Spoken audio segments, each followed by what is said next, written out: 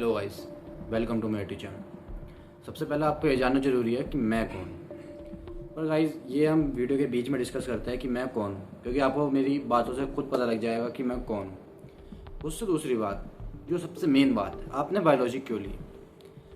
Basically आपने biology ली doctor बनने के लिए, जो सब लेते हैं, क्योंकि बायोलॉजी में और ज़्यादा स्कोप है नहीं। बायोटेक्नोलॉजी, मुझे नहीं लगता कि आपने बायोटेक्नोलॉजी सुनी भी होगी अभी तक, ठीक है, या सुनी होगी तो आपका करने का कोई प्लान होगा, क्योंकि सब डॉक्टर के ही लेता है बायोलॉजी।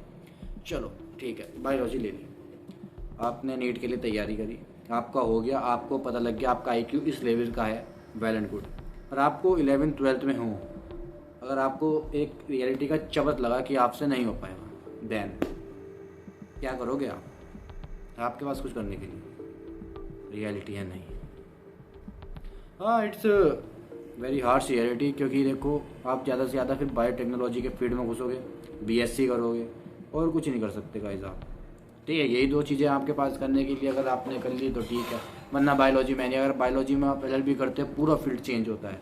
बायोलॉजी से आप SSC की तैयारी करते हैं, पूरा फील्ड चेंज होता है। ठीक है, पर ये मैथ्स में नहीं होता। मैथ्स के यही बेनिफिट है और यही मैं आपको बताना चाह रहा हूँ। बायोलॉजी से अगर आपको पक्का पता है कि आप डॉक्टर बन जाओगे, आपका नीट क्लियर हो जाएगा, वेल एंड गुड। पर अगर आपने सोचा है कि कर लेंगे, हो जाएगा, तो फिर वो होता नहीं है। उसी आपकी थिंकिंग है। ठीक है, चलो आपने 2-3 साल ड्रॉप लिए, कर लिया, आपका नीट क्लियर हो गया। 2-3 साल ड्रॉप लिया आपने, 3 साल मान लो मैक्सिमम, 3 साल ड्रॉप लेके आपका करियर हो गया। आपने 5 साल का 21-22 साल की उम्र हो जाएगी, 5 साल का MBBS करा, वेल एंड गुड। 3 साल की PG, वेल एंड गुड। कितने हो गए? 8 साल। तो आप 30 की लपेट में आ गए। 30 की लपेट में भी अगर आपका मेडिकल बैकग्राउंड नहीं है तो भाई हार्श रियलिटी है, अगर आप गवर्नमेंट हॉस्पिटल में जाते हो तो 90,000 या 1 लाख के करीब सैलरी पड़ेगी। पर अगर आप खुद का बिजनेस शुरू करना चाहते हो तो गाइस वेरी हार्ड। मतलब आपको पूरा जैसे बिजनेस में जोर लगाना पड़ता है ना, ऐसे जोर लगाना पड़ेगा, कम से कम 5 साल पहले। ऐसा नहीं कि आप डायरेक्ट हॉस्पिटल खोल दोगे, ऐसा नहीं है। आप हॉस्पिटल खोल दोगे, पेशेंट ही पेशेंट आउट लगे, आपने लगा दिए 60-70 लाख हॉस्पिटल में और आपका पेशेंट की लाइन, ऐसा नहीं है। पेशेंट भी एक्सपीरियंस मानता है, ऐसे नहीं आता। पेशेंट भी 4 जगह पूछने के बाद आता है, और आना होता है तो क्लिनिक पे भी आ जाता है। देखो बात सही बताऊँ तो, ठीक है। तो आपको एकदम हॉस्पिटल से तो आप शुरू करोगे नहीं, अगर आपका मेडिकल, हाँ अगर आपका मेडिकल बैकग्राउंड है तो वेल एंड गुड, उससे बढ़िया तो कोई बात ही नहीं। उससे अगर आप 4 दिन सीख के वहाँ पर बैठ भी जाओगे तब भी कोई कुछ नहीं पूछेगा, ठीक है। और अगर आपका नहीं है तो इससे बहुत बड़ी है, मतलब एक तरीके गैस मान लो ना, आप बिजनेस की तरह लो इसे, ठीक है। और अगर आप प्राइवेट करते हो तो प्राइवेट में तो भाई और भी झंझट, मेरे हिसाब से तो करो मत प्राइवेट। मोटा मोटा 1 करोड़ रुपये लगता है आपका प्राइवेट में, ये आपको भी पता है, मुझे ही पता है, ठीक है। प्राइवेट के बाद भी PG के पेपर निकालना पड़ता है, मतलब PG अलग से करनी पड़ती है, उसके अलग से पैसे जाते हैं 1.5 करोड़। मतलब पैसे ऐसे ही बढ़ते जाते हैं। MBBS में चाहिए मोटा पैसा, ठीक है। और अगर आप 1.5 करोड़ लगा रहे हो तो मेरे हिसाब से सिंपल सी थिंकिंग बनाओ यार। 1.5 करोड़ में अगर 50 लाख का एक मकान भी मान लो, बढ़िया सी जगह का, अच्छे खासे गज का, 3 मकान से कितने हज़ार आएंगे? 30,000। एक मकान से 30,000 किराए के, 2 मकान से 60, 3 मकान से 90,000। इतना तो तुम MBBS में भी नहीं कमा पाएंगे, ठीक है। 90,000 कोई ऐसी बात नहीं है। और अगर आप थोड़ा और उसके अच्छी जगह लेते हो तो उसके और रेट बढ़ते हैं। या प्रॉपर्टी डीलिंग में बिजनेस शुरू कर सकते हो भाई, आप 1.5 करोड़ में अच्छे अच्छे बिजनेस शुरू कर सकते हो। हाईवे पे ज़मीन लेकर डाल दो, ठीक है, कहीं लाइब्रेरी खोल दो अपनी हाईवे पे, बहुत अच्छे अच्छे बिजनेस शुरू होंगे और इसके आधे रेट में हो जाएंगे। तो सोचने की बात है भाई कि 1.5 करोड़ लगा देते हैं यार, MBBS के बाद फ्यूचर सेट हो जाएगा, कुछ वो हो जाए। भाई नहीं, बदनामी होनी होती है तो 1 मिनट में हो जाती है, कोई फ्यूचर सेट किसी का नहीं है। अभी मुजफ्फरनगर के स्किन के डॉक्टर थे, 2 मिनट में, इतने सालों से इतना अच्छा बिजनेस चल रहा था, 2 मिनट में बदनामी हो गई कि लड़की छेड़ी है। आज हर जगह बदनाम है, हालांकि बहुत अच्छे डॉक्टर है, मैं खुद गया हूँ।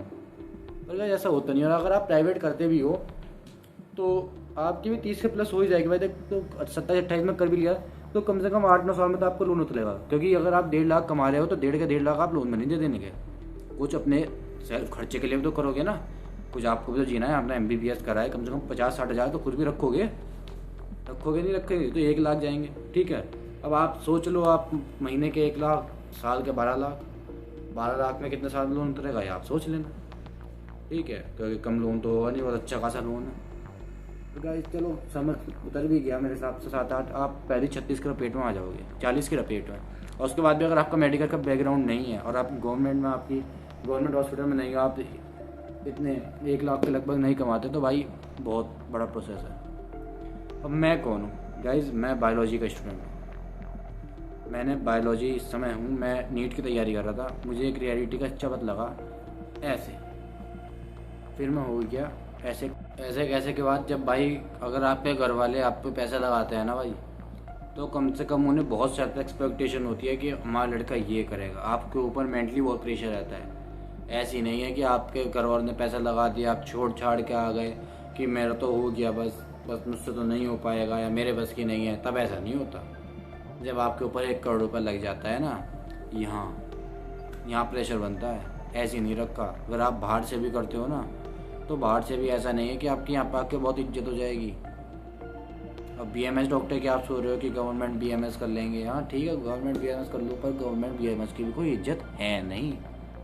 जब आप सोच लो, जब क्या कहते हैं MBBS वाला 90,000 या 1 लाख के करीब कमा रहा है, तो BMS तो उसकी आधी डिग्री है, उसका आधा लगा लो।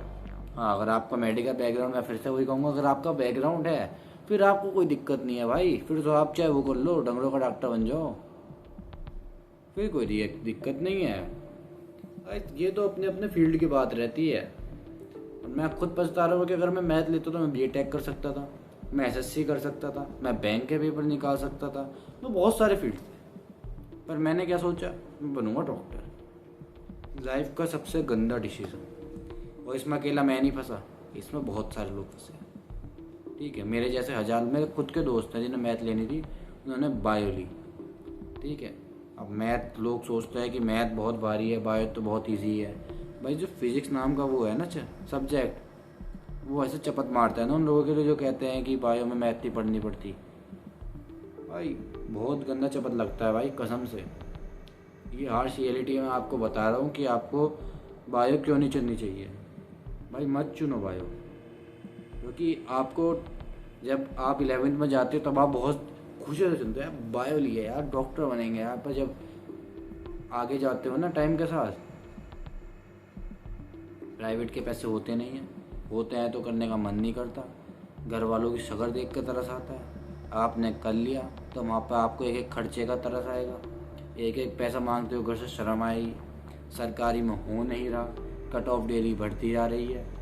ठीक है, तो गाइस क्या करें हमें भी नहीं पता, पर कुछ करते हैं और उसकी वीडियो हम आगे लाएंगे कि हम क्या क्या कर सकते हैं। आज के लिए इतना ही। जय हिंद, जय भारत।